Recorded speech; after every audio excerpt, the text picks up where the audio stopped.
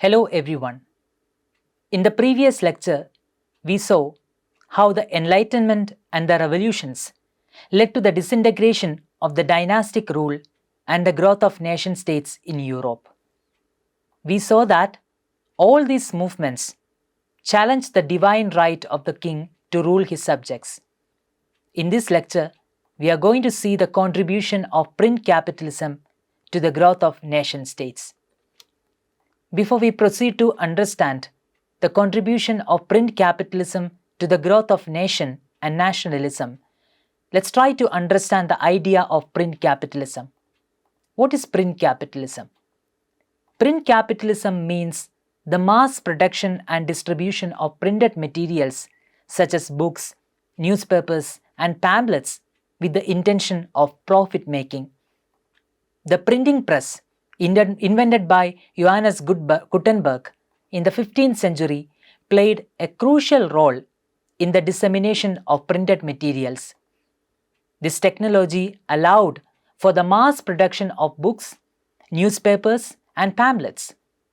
Around 1500, approximately 20 million books had already been printed. Before print capitalism, manuscripts were primarily used to record the information and knowledge. Manuscripts had several limitations. They were not widely accessible due to the scarcity of materials.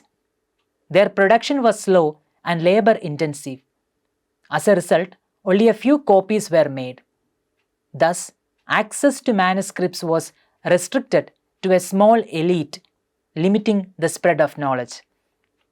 Print capitalism transformed this by enabling mass production, making text cheaper and more widely available to the public. Print capitalism facilitated the spread of ideas across a large area. The print capitalism played a crucial role in developing a sense of nationalism in the people. How did print capitalism forge a sense of nationalist solidarity among people? Well, this can be explained with the help of a newspaper. Among the various products of print capitalism, the newspapers played a crucial role in the formation of a shared sense of identity. Newspapers published in a particular language create a sense of commonality in the lives of people. How do newspapers create a sense of commonality? I will explain it. This commonality is generated through the news items that these newspapers are publishing. When millions of readers across a region hold the same newspapers in their hands and read the same headlines, they become aware of the same events. In this way, newspapers don't just report the news. They create common moments in people's lives. They connect strangers through a shared awareness of the world around them. For instance, when the Indian cricket team wins a match, the news appears in all editions of a newspaper, making it a common event in the lives of millions of readers. Similarly, during a national disaster like a cyclone or an earthquake, newspapers report on the devastation, relief efforts, and human stories, shaping a collective experience of grief, hope, and resilience. These shared events, whether moments of joy or tragedy, connect readers within a geographical location or boundary, fostering a sense of unity and belonging. Newspapers are produced every day.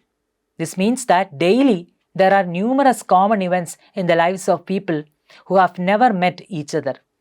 Whether it is a celebration of a cricket victory, the shock of a political scandal, or the sorrow of a natural disaster, these shared moments create a silent bond among readers.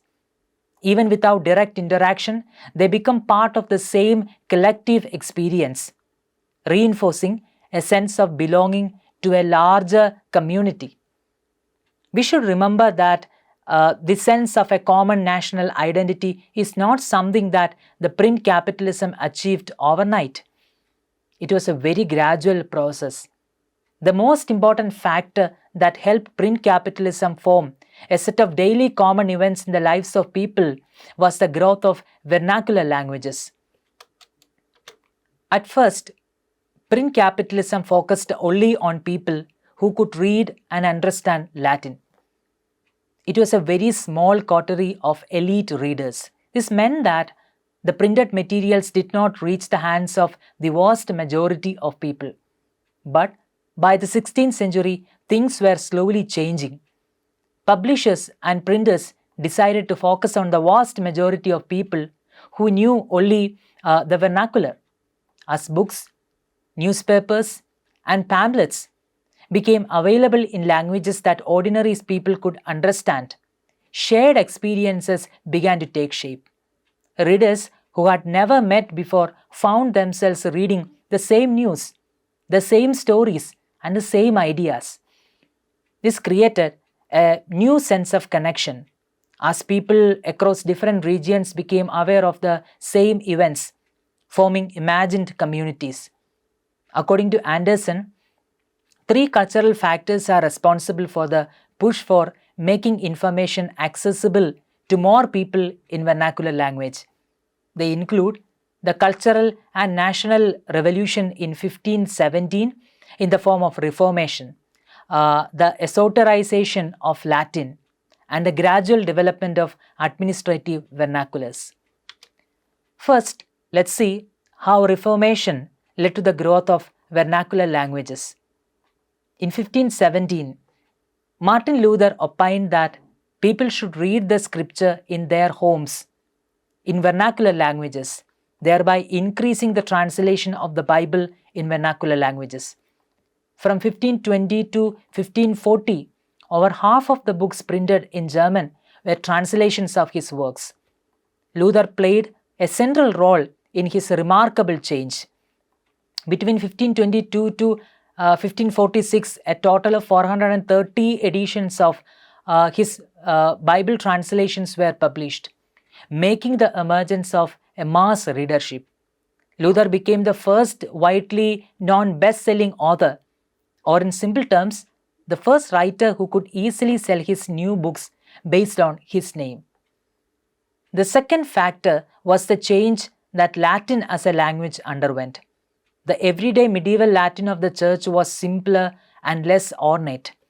But during the Renaissance, scholars who studied ancient Roman texts transformed Latin. They started using more elaborate and highly ornate style of classical Latin instead of a simpler, more practical form of Latin in daily life, turning it into a language that only scholars could fully understand. The shift in Latin indirectly helped the process of vernacularization. As Latin became more and more esoteric and distant from everyday life due to its focus on classical style, it became less accessible to the general population. The third factor was the gradual and uneven spread of vernacular languages for administrative purposes. This shift began even before the printing process or the religious changes of the 16th century. So in the beginning, it was an independent force that weakened the old idea of a sacred community united by Latin. It is also crucial to remember that they were the state, not national languages. In other words, the language developments that we just discussed were primarily related to the administration of monarchic states rather than the formation of national identities. We should also remember that the adoption of vernacular languages for administrative purposes was solely for the convenience of those in position or those in power. In other words, it wasn't a result of a very deliberate or planned strategy. Similarly, there was no intentional effort to systematically impose these languages on diverse populations under the rulers. But the situation started changing in the 19th century as a result of the emergence of nationalist sentiments. Rulers in this period actively worked to shape and promote particular languages as a means of fostering a national identity. There was a deliberate effort to standardize and enforce a specific language within the nation. In essence, the esoterization of Latin, the Reformation, and the gradual development of administrative vernaculars played a crucial role in a negative sense, that is, by contributing to the diminishing influence of Latin. Now, how did the new print culture in the vernacular fostered national identity? Printed languages helped shape national identities in three simple ways. First, books and newspapers helped standardize languages like French, English, and Spanish. This made communication easier by creating a common language that everyone could understand, even if they spoke different versions of it. Second, they help people have a common shared memory by giving millions of people daily the same news and stories. These common stories made them feel part of a larger group, even if they never met. Finally, the shared language and reading experience help people see themselves as part of a nation, creating a sense of unity and belonging. Having briefly analyzed the historical circumstances which formed the idea of nation in Europe, let's try to define the very idea of nation itself. According to Benedict Anderson, nation is an imagined political community that is inherently limited in scope and sovereign in nature. It is considered imagined community because even in the smallest nation, the majority of its members will never have personal interactions, meetings, or knowledge of one idea, or knowledge of one another. Despite this, each individual holds a mental image of their shared identity. For example, during the Indian independence movement, people across different regions, languages, and cultures felt a sense of unity as Indians, even though they had never met most of their fellow countrymen. The idea of a shared struggle, symbols like a national flag, and the influence of leaders like Mahatma Gandhi fostered this imagined sense of belonging. I guess a more contemporary example would make more sense to you. See how people get united as Indian cricket team is playing a cricket match. When the Indian cricket team plays in a World Cup final, millions of fans across the country who have never met each other before experience a shared sense of excitement, pride, and belonging. Even though they come from different states, speak different languages, and have different backgrounds, they collectively cheer for their team, feeling emotionally connected as Indians. The sense of unity built around a common symbol, that is the national team, reflects how nations function as imagined communities. So, a nation is viewed as an imagined community. In spite of actual disparities and inequalities, we imagine that we are equal and connected, and we are brothers and sisters. This sense of fraternity has enabled millions of people over the past 2 centuries not only to engage in conflicts, but also, more significantly, to willingly sacrifice their lives for these constrained and conceptualized identities. A nation is called a political community because it is formed through shared governance, laws, and a sense of collective identity. It binds its members under a common political structure. Unlike ethnic or cultural groups which may exist without political organization, a nation is tied to ideas of sovereignty, statehood, and governance. For example, India is a political community because its citizens, despite their diverse languages and cultures, are united under a common constitution, democratic government, and national institutions. This political framework differentiates it from purely cultural or religious communities. A nation is also perceived as limited because even in the largest nations, with perhaps billions of inhabitants, there are defined boundaries that distinguish them from other nations. No nation envisions itself as all-encompassing. extending to every member of the global human population. Unlike in some historical periods, when believers of a universal religion envisioned a fully united world, nations do not expect all of humanity to join their community. A nation is called sovereign because it has the supreme authority to govern itself without external control. In nation states, this sovereignty comes from the people who elect the governments to govern the nation without external control. We saw that the print capitalism played a crucial role in shaping national identity.